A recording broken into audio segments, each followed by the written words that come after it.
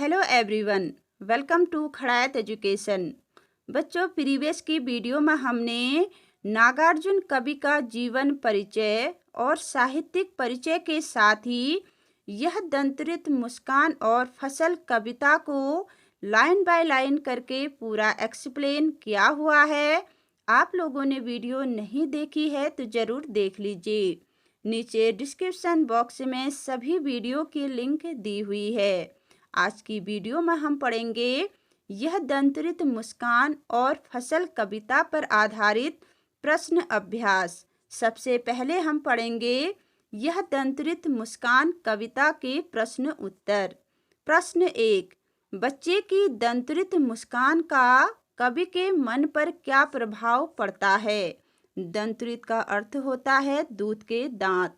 बच्चों, कवि ने जब पहली बार अपने नन्हे बच्चे की दंतरित मुस्कान को देखा तो उस मनमोहक मुस्कुराहट को देखकर उनके मन में क्या भाव उमड़ आए, वे क्या सोचने लगे, उसका उनके मन पर क्या क्या प्रभाव पड़ा। कविता के आधार पर आपने इस प्रश्न का उत्तर देना है। जो आइए देखते हैं उत्तर। बच्चे की दंतरित मुस्कान का कवि के मन पर गहरा प्रभाव पड़ा। उन्हें लगा कि मानो इस नन्हे बच्चे की दंतरित मनमोहक मुस्कान को देखकर मृत व्यक्ति में भी जान आ सकती है। कमल का फूल तालाब को छोड़कर उनकी झोपड़ी में खिल गया हो और बांस तथा बबूल के पेड़ों से शेफालिका के कोमल फूल गिर रहे हों। प्रश्न नंबर 2, बच्चे की मुस्कान और एक बड़े व्यक्ति की मुस्कान में क्या अंतर है? बच्चों, आपने सोचना है कि एक छोटे से बच्चे की मुस्कान और एक बड़े व्यक्ति की मुस्कान में क्या अंतर है। उत्तर, बच्चे तथा बड़े व्यक्ति की मुस्कान में निम्नलिखित अंतर होते हैं। नंबर 1, बच्चे की मुस्कान भोली भाली, सरल व स्वाभाविक होती है, जबकि बड़ों की मुस्कान में बनावटीपन ज़्यादा होता है। नंबर 2, बच्चों की मुस्कान निष्कपट व निश्चल होती है, जबकि बड़े लोग अपने स्वार्थ के अनुसार हंसते व मुस्कुराते हैं। नंबर 3, बच्चे किसी भी जगह या घटना जो उन्हें अच्छी लगे उसको देखकर मुस्कुरा सकते हैं, लेकिन बड़े लोग मुस्कुराने से पहले भी सोचते विचारते हैं। तो बच्चों, जो छोटे से बच्चे होते हैं वह किसी जगह भी जब जैसा उनका मन करता है वैसा ही करते हैं। कहीं पर हंस देते हैं, किसी ने डांटा तो रो देते हैं, लेकिन बड़े लोग हर कार्य को करने से पहले सोचते विचारते हैं। बच्चों, आपने प्रश्न में देखा होगा कि यहाँ पर मुस्कान में पूरा 100 लिखा है, लेकिन उत्तर में बहुत सारी जगह आधा 100 दिया है। ये दोनों शब्द सही है। पहले आधा 100 लिखा जाता था, लेकिन आजकल के मानक के अनुसार पूरा 100 लिखा जाता है। तो आप लोग कंफ्यूज मत होइए, दोनों शब्द सही है।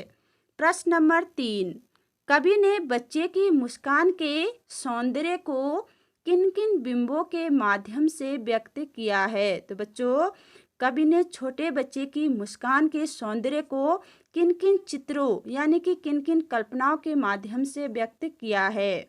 उत्तर देखिए। कवि ने बच्चे की मुस्कान के सौंदर्य को मृतक में जान डालने, झोपड़ी में कमल खिलने, चट्टानों के पिघलकर जलधारा बनने व बांस और बबूल के पेड़ों से शेफालिका के फूलों के झरने जैसे आदि अनेक बिंबों के माध्यम से व्यक्त किया है। अब है बच्चों प्रश्न नंबर 4, भाव स्पष्ट कीजिए। जो पंक्तियां आपके सामने दी है उसका अर्थ आपने बताना है। क, छोड़कर तालाब मेरी झोपड़ी में खिल रहे जलजात।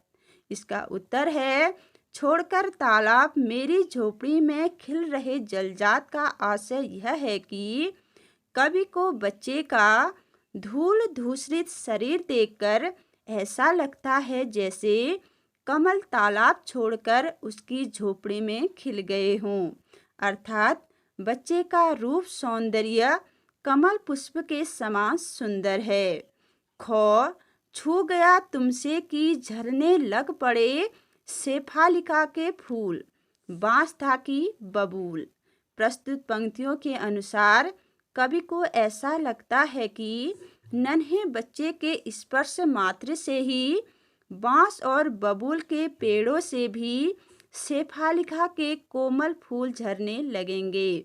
अर्थात यदि कोई गुस्सैल, पत्थर हृदय वाला व्यक्ति या भाव शून्य व्यक्ति भी उस नन्हे बच्चे की मुस्कुराहट देख ले या उसका स्पर्श कर ले तो वह भी अपने मन की कड़वाहट को भूलकर उससे प्यार करने लग जाएगा। अब है बच्चों रचना और अभिव्यक्ति। बच्चों रचना और अभिव्यक्ति वाले प्रश्न उत्तरों को हमेशा करना चाहिए, क्योंकि बोर्ड एग्जाम में ऐसे ही प्रश्न ज़्यादा पूछे जाते हैं। इसमें आपको प्रश्न को पढ़कर स्वयं से उत्तर देना है। प्रश्न नंबर 5, मुस्कान और क्रोध भिन्न भिन्न भाव है। इनकी उपस्थिति से बने वातावरण की भिन्नता का चित्रण कीजिए। बच्चों मुस्कान और क्रोध दोनों अलग अलग शब्द हैं, अलग अलग स्थितियां हैं। इन दोनों की उपस्थिति में जो वातावरण है उसका चित्रण आपने करना है। उत्तर, मुस्कान से किसी व्यक्ति की प्रसन्नता व्यक्त होती है। मुस्कुराने वाला स्वयं तो खुश होता ही है, अपनी मुस्कान से दूसरों को भी प्रसन्न कर देता है। इससे वातावरण बोझिल होने से बच जाता है। दूसरी ओर क्रोध हमारे मन की व्यग्रता, आक्रोश और अप्रसन्नता का भाव प्रकट करता है। क्रोध की अधिकता में हम अपना नियंत्रण खो बैठते हैं और वाणी मनसा कर्मणा दुर्व्यवहार करने लगते हैं। इससे वातावरण में शांति कहीं खो जाती है और वातावरण में कटुता घुल जाती है। प्रश्न नंबर 6, दंत्रित मुस्कान से बच्चे की उम्र का अनुमान लगाइए और तर्क सहित उत्तर दीजिए। बच्चों दूध के दांत वाले बच्चे की उम्र का अनुमान आपने लगाना है कि जब बच्चे के पहले दूध के दांत आते हैं तब उसकी उम्र कितनी होती होगी। उत्तर, यह दंत्रित मुस्कान कविता में वर्णित शिशु के क्रियाकलापों से यह अनुमान लगता है कि उसकी उम्र 6-7 महीने होगी, क्योंकि इसी उम्र में बच्चे अपरिचित को पहचानने का प्रयास करते हैं तथा उनके दांत निकलने शुरू हो जाते हैं। प्रश्न नंबर 7, बच्चे से कवि की मुलाकात का जो शब्द चित्र उपस्थित हुआ है उसे अपने शब्दों में लिखिए। उत्तर, प्रवास से काफ़ी दिनों बाद लौटकर आए कवि की मुलाकात जब शिशु से होती है तो वह शिशु की मुस्कान देखकर मुग्ध हो जाता है। उसकी दंत्रित मुस्कान देखकर कवि की निराशा और उदासी गायब हो गई। उसे लगा कि उसकी झोपड़ी में कमल खिल उठे हों। शिशु का स्पर्श पाते ही कवि का हृदय वात्सल्य भाव से भर उठा। इससे कवि के मन की खुशी उसके चेहरे पर छलक उठी। पहचान न पाने के कारण शिशु कवि को अपलक निहारता रहा। कवि सोचता है कि यदि उसकी माँ माध्यम न बनती तो वह यह मुस्कान देखने से वंचित रह जाता।